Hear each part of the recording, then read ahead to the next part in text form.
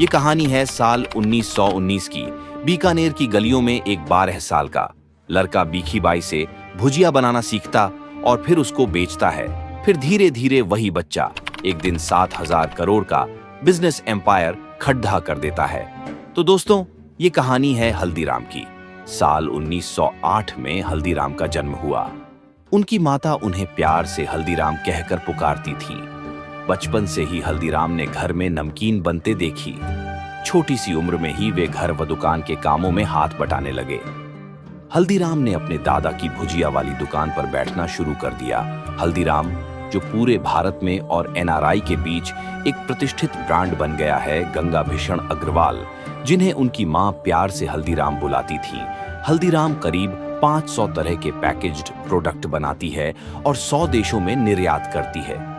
बीते साल 2023 और 24 में कंपनी का कुल कारोबार 14,500 करोड़ रुपए का हुआ था।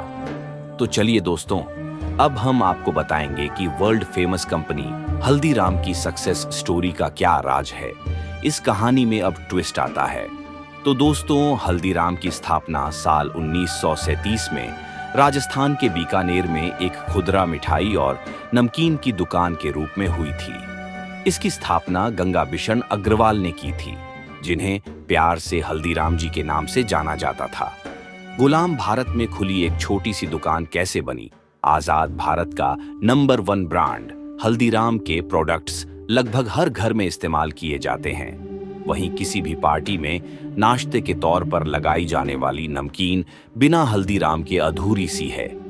लेकिन क्या आप जानते हैं कि आजादी से पहले हल्दीराम की शुरुआत एक छोटी सी दुकान से हुई। फिर आजादी के बाद कामयाबी के ऐसे झंडे गाधे कि नंबर 1 ब्रांड बन गया। जिस तरह इसके स्नैक्स स्वाद से भरपूर व चटपटे होते हैं। तो फ्रेंड्स, अब शुरू होती है बीकानेर के एक बनिया परिवार की स्टोरी। तो फ्रेंड्स, शुरुआत बीकानेर के एक बनिया परिवार से होती है। नाम तनसुखदास, जिनकी मामूली सी आमदनी से किसी तरह परिवार का गुजारा हो रहा था। आजादी के करीब 50 से 60 साल पहले वो अपने परिवार की जिम्मेदारियों को पूरा करने के लिए संघर्ष कर रहे थे। तनसुखदास के बेटे भीखाराम अग्रवाल नए काम की तलाश में थे। उन्होंने अपने और अपने बेटे चांदमल के नाम पर भीखाराम चांदमल नामक एक दुकान खोली। उन दिनों बीकानेर में भुजिया नमकीन का स्वाद लोगों को काफी पसंद आ रहा था। उन्होंने भी भुजिया नमकीन बेचना चाहा। भीखाराम ने भुजिया बनाने की कला अपनी बहन बीखी बाई से सीखी। उनकी बहन ने अपने ससुराल से भुजिया बनाना सीखा था। बीखी जब भी अपने मायके आती तो भुजिया साथ लेकर आती। उनके मायके वाले उस भुजिया को काफी पसंद करते थे। बहरहाल, भीखाराम ने भी भुजिया बनाकर अपनी दुकान में बेचना शुरू कर दिया। लेकिन उनकी भुजिया बाजार में बिकने वाली भुजिया की तरह साधारण थी। बस किसी तरह उनकी रोजी रोटी चल रही थी। फ्रेंड्स, कहानी में अब एक ट्विस्ट आता है। हल्दीराम बचपन से ही बड़े मेहनती थे। लेकिन फिर सन 1908 में भीखाराम के घर उनके पोते गंगा बिशन अग्रवाल का जन्म हुआ। उनकी माता उन्हें प्यार से हल्दीराम कहकर पुकारती थीं। जब हल्दीराम का जन्म हुआ तो उनके दादा की उम्र महज 33 साल थी। उस जमाने में जल्दी शादी हो जाया करती थी। लेकिन बचपन से ही हल्दीराम ने घर में नमकीन बनते देखी और छोटी सी उम्र में ही वे घर और दुकान के कामों में हाथ बटाने लगे। वे काम करने में कभी नहीं हिचकिचाते थे। उनके अंदर सबसे अच्छी खूबी यह थी कि वे किसी काम को बड़ी मेहनत व लगन से जल्दी सीख लेते थे। उन्होंने जल्द ही भुजिया बनाना सीख लिया। महज 11 साल की उम्र में हल्दीराम की शादी चंपा देवी से हो गई और शादी के बाद जिम्मेदारियां बढ़ गईं। हल्दीराम ने अपने दादा की भुजिया वाली दुकान पर बैठना शुरू कर दिया और उनकी भुजिया बाजार में बिकने वाली भुजिया से कुछ खास नहीं थी। लेकिन वे भुजिया के व्यापार को बढ़ाना चाहते थे। इसके लिए उन्हें कुछ अलग करने की जरूरत थी। ऐसे में हल्दीराम ने अपनी भुजिया के स्वाद को बढ़ाने के लिए कुछ बदलाव किया और उसमें उन्होंने मोठ की मात्रा को बढ़ा दिया। उस भुजिया का स्वाद उनके ग्राहकों को काफी पसंद आ गया और उनकी भुजिया बाजार में बिकने वाली भुजिया से काफी जायकेदार और अलग थी। और समय के साथ परिवार बढ़ता रहा। पारिवारिक झगड़े भी उन्हें परेशान करने लगे थे। हल्दीराम ने अंत में परिवार से अलग होने का फैसला ले लिया। लेकिन उन्हें पारिवारिक व्यापार से कुछ नहीं मिला। लेकिन उसके बाद कहानी में एक ट्विस्ट आता है। सिर्फ एक एक्सपेरिमेंट ने किस्मत ही बदल दी। तो फ्रेंड्स, अब आप सोच रहे होंगे ऐसा कैसे हुआ? तो सुनिए। परिवार से अलग होने के बाद हल्दीराम ने बीकानेर में साल 1937 में एक छोटी सी नाश्ते की दुकान खोली, जहां बाद में उन्होंने भुजिया बेचना भी शुरू कर दी और वह इसके जरिए मार्केट में अपना नाम जमाना चाहते थे। कहा जाता है कि हल्दीराम हमेशा अपनी भुजिया का स्वाद बढ़ाने के लिए कुछ न कुछ बदलाव या एक्सपेरिमेंट करते रहते थे, लेकिन अभी तक मार्केट में लोगों ने जिस भुजिया का स्वाद चखा था वो थोड़ी नरम, मोटी और गठिए के समान थी। इस बार उन्होंने उसके रूप को ही बदल डाला। हल्दीराम ने एकदम पतली भुजिया बना डाली। ये बहुत ही चटपटी और क्रिस्पी थी। इस तरह की भुजिया अब तक मार्केट में नहीं आई थी और जब लोगों ने हल्दीराम की इस भुजिया का स्वाद चखा तो उन्हें काफी पसंद आया। उनकी चटपटी और स्वाद से भरपूर भुजिया खरीदने के लिए दुकान के सामने लाइन लगने लगी। पूरे शहर में उनकी दुकान भुजिया वाला के नाम से पहचानी जाने लगी थी।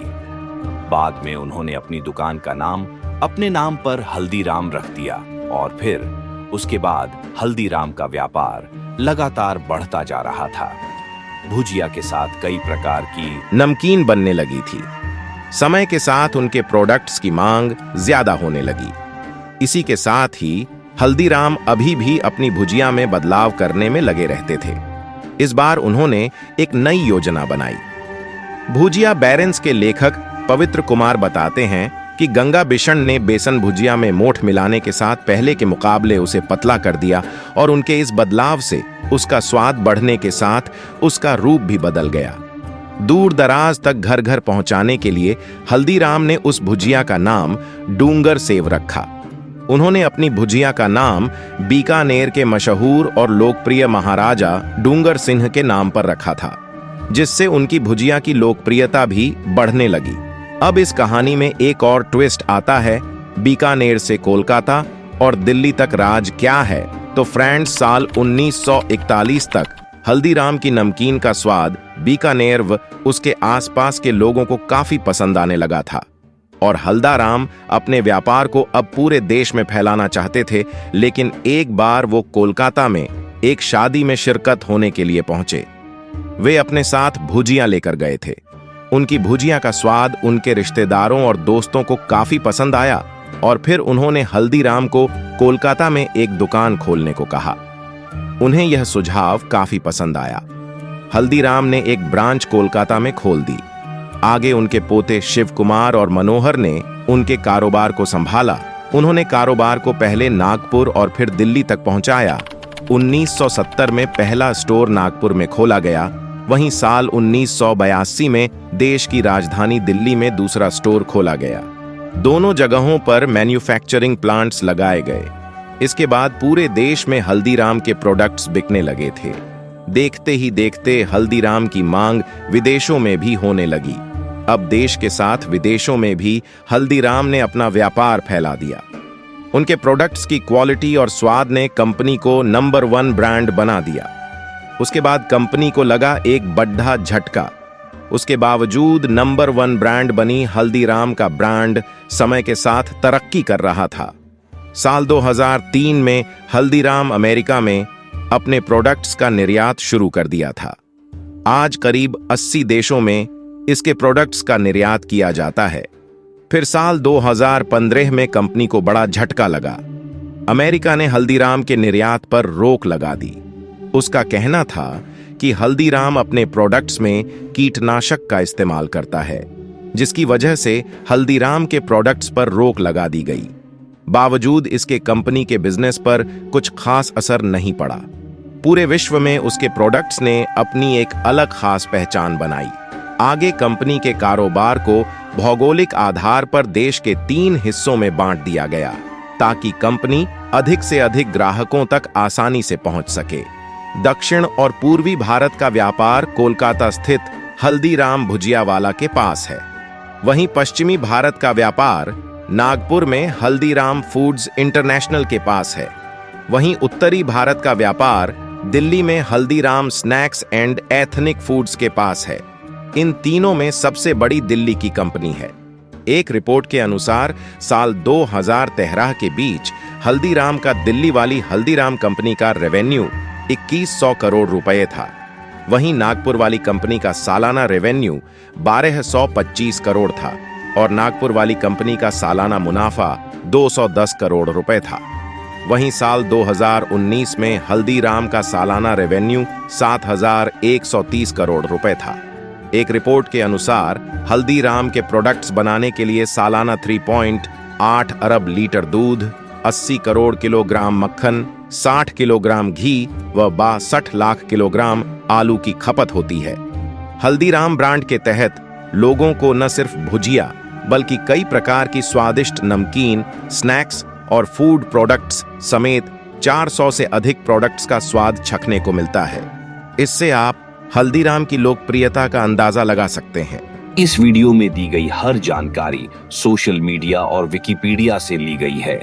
हमारी इस वीडियो का उद्देश्य किसी भी जाति, धर्म या किसी भी समुदाय की भावनाओं को ठेस पहुंचाना नहीं है। तो दोस्तों, कैसी लगी आपको हमारी यह वीडियो? अगर आप ऐसे ही और इंटरेस्टिंग वीडियो देखना चाहते हैं तो हमारे चैनल को सब्सक्राइब कर लें और बेल आइकन का बटन भी दबा दें ताकि हमारी हर वीडियो की नोटिफिकेशन आप तक पहुंचती रहे।